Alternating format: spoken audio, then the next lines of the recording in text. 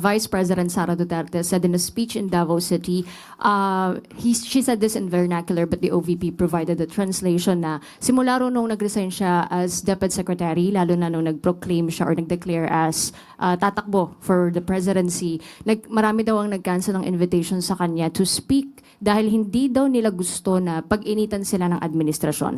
And also at one point, she said, naisip niya kung anong mangyayari kung tumakbo na lang siya as Mayor of Davao City instead, kung hindi niya na tinuloy yung pagtakbo bilang Vice President. Doon sa una muna niyang binanggit, no, na parang siya ba iniiwasan o kinancel ang, tama pa?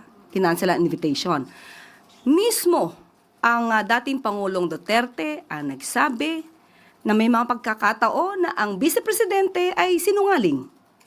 Ipapakita ko po ang isang article at binanggit din po ni dating Pangulong Duterte na ang kanyang anak na si VP Sara ay isang drama queen. Dito pinasinungalingan niya mismo ang sinabi ng dating Mayor Sara Duterte sa isang issue ito. So, kailan pa ba natin paniniwalaan ang mga sinasabi ng Vice Presidente kung mismo ang kanyang ama ay sinasabing siya ay nagsisinungaling?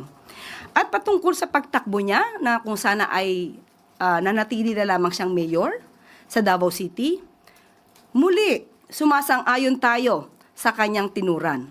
Mas maganda po nga sana kung nanatili na lamang siyang mayor sa Davao City at nahalal natin ang isang Vice Presidente na tutulong sana sa ating Pangulo.